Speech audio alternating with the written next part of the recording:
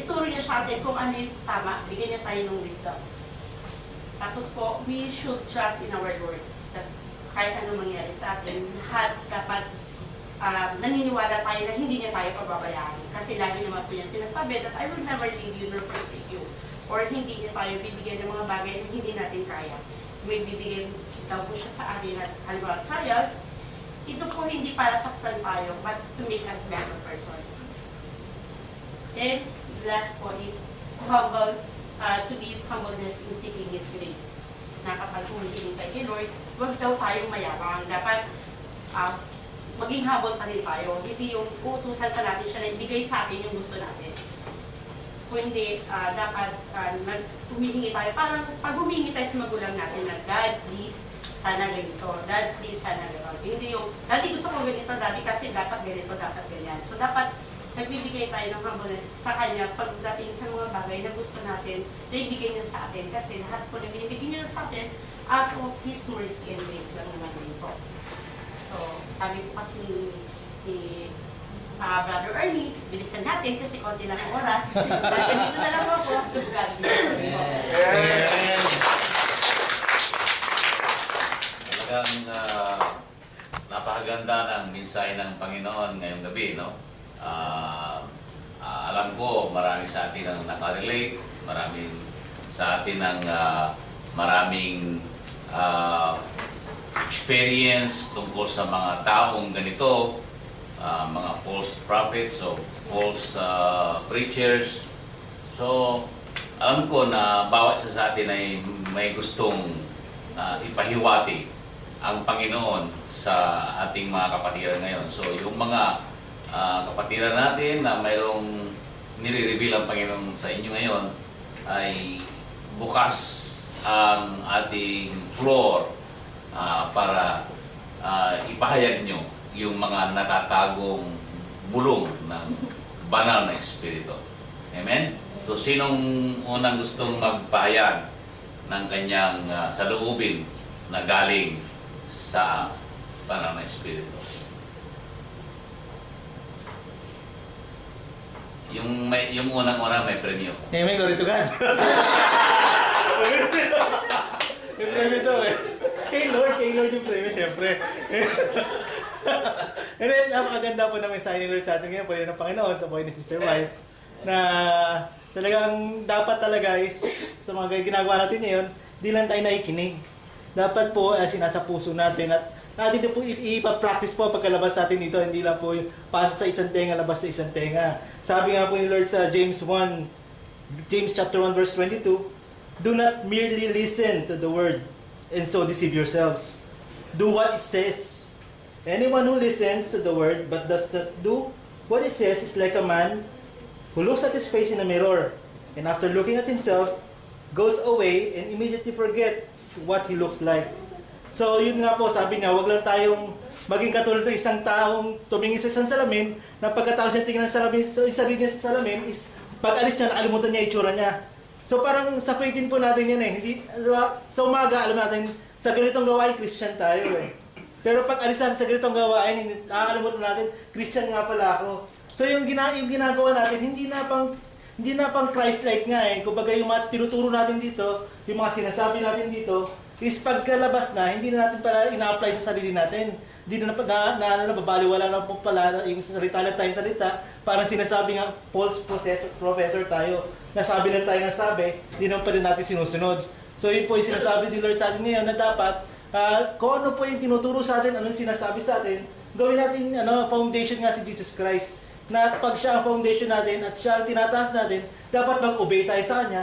Sundin natin yung mga sinasabi niya at gawin din natin sabi nga na hindi katulad ng pastor na sinasabi ni Sister Web sa kwento niya na pastor siya sa harap ng ganitong congregation, pero pag sila na lang sa bahay is iba pala yung iba pala yung nasa loob niya. Nawawala na yung pagiging Christ-like niya. So yun po, yun lang po, lagi po nating isipin na yung mga pinag-aaralan natin dito, yun po, nagagaling po kay Lord lahat, na ito po ay dapat isabuhay natin sa puso natin at i-share din po natin sa mga kasama natin sa bahay at sa nakakasalubong natin sa lahat. Yun lang po, to God be the glory.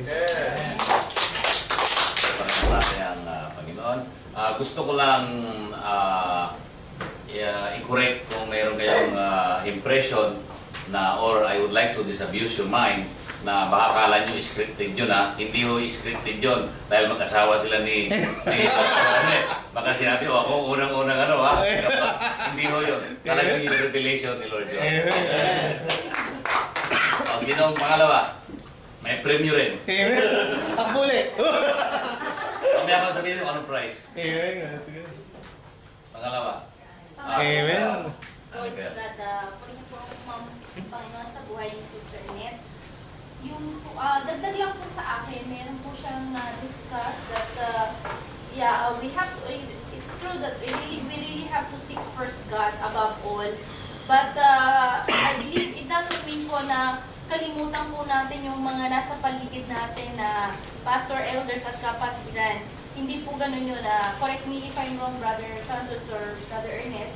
I believe na, yes, we have to seek God's wisdom, yung advice, guidance ng Panginoon. But if we really need help, I believe ang Panginoon kumikilos using yung mga taong nasa paligid natin. Amen po. Na above all, yung problema po tayo, we can seek, it doesn't mean that we don't need to seek advice po sa elders or pastors or sa mga kapatiran. Hindi po ganun yun. We have to seek the Lord, bigyan tayo ng guidance kung ano yung nararapat natin gawin. And then, I believe God will reveal us yung kasagutan doon sa mga hinihingi natin. And He may even use yung mga taong nasa paligid po natin. Amen. Next. Brother Teddy. This Matthew 7:21. Matthew 7:21 talaga is not all who call me Lord, Lord can enter the kingdom of heaven.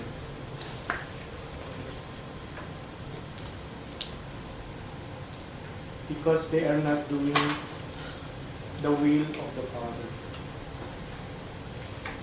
Meron po akong question. Ano po ba yung will of the Father?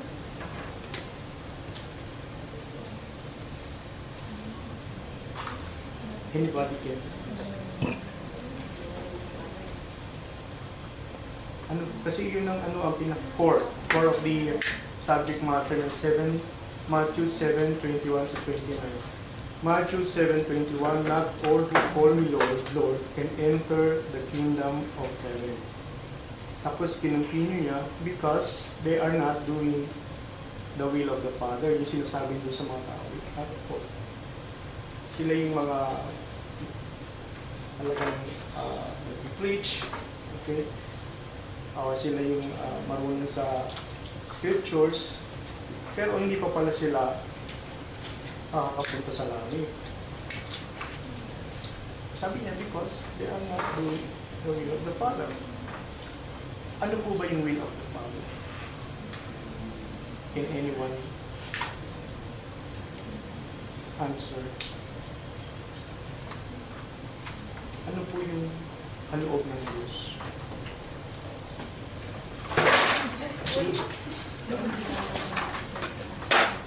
Can we look at John 6:28 to 29?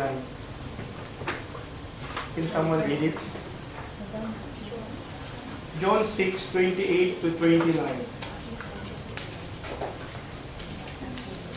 Sinabi nga nila sa kanya, ano ang kinakailangan namin gawin upang aming magawa ang mga gawa ng Diyos?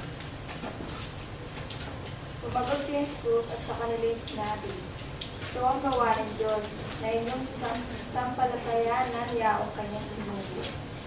In English? In English. 6:26. John 6:28 to 29. Then they asked him, what must we do to do the works God requires? Jesus answered, the work of God is this, to believe in the one He sent. So yun po ang kagustuhan ng Diyos, ng Ama. What God wants us to do is to believe in the one He has sent. Bilang po. Balik po natin sa Kanya. Amen.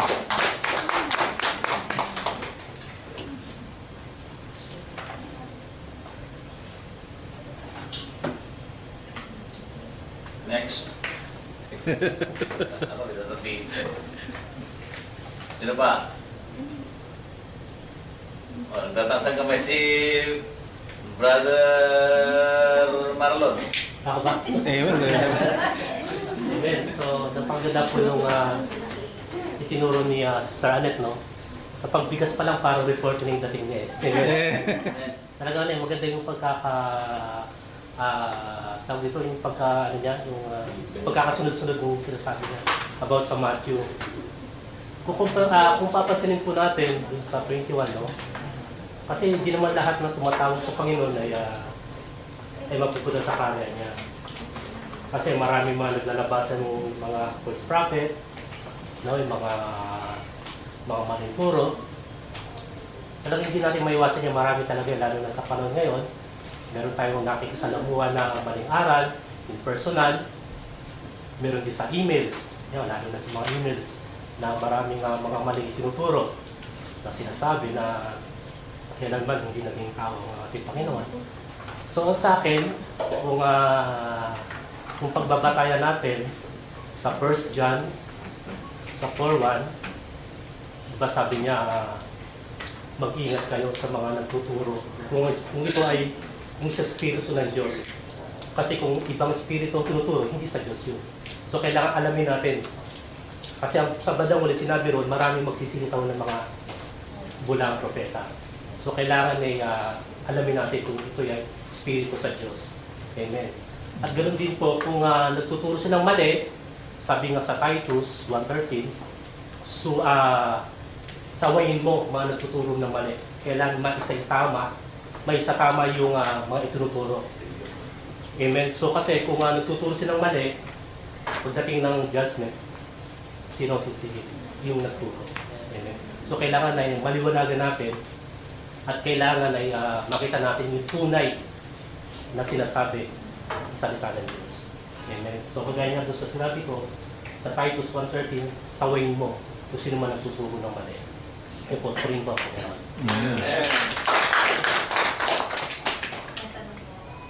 Sister Irene. Paano po kung yung nagturo ng mali ay ayaw naman magpasaway? Okay, sino gusto sumagot na? Ayun po. Dinugtong at Ayun nga. Ayun. Gusto raw sagutin ni Brother Lito. Amen. Go to God. Katulad ni Brother Jojo, yung nasabi sa akin. Kasi may sagutan na naman ngayon sa email tungkol dun sa hindi actually kapatiran kasi iba yung paniniwala nila.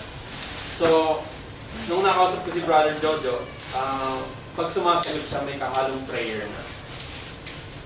So, unti-unti, natatanim sa kanya yung kasi dati nung sumasagot siya, merong parang parang inis, asar, galit. So sabi ko nga, ako hindi na sumagot kasi parang may transference na eh. Parang yung sagot ko iba na.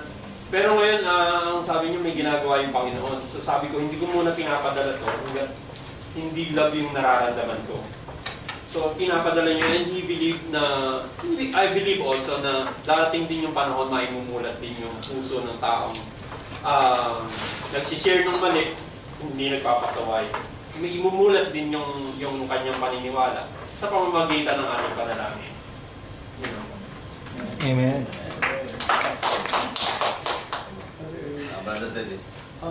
Yung sa mga nagtuturo ng mali, doon po tayo sa tinuturo ng mali, doon tayo mag-focus, hindi po sa tao. Kasi tayo'y magiging kasangkapan din ng Panginoon para yung tao ay ating makikimulat. So, mission field natin siya eh.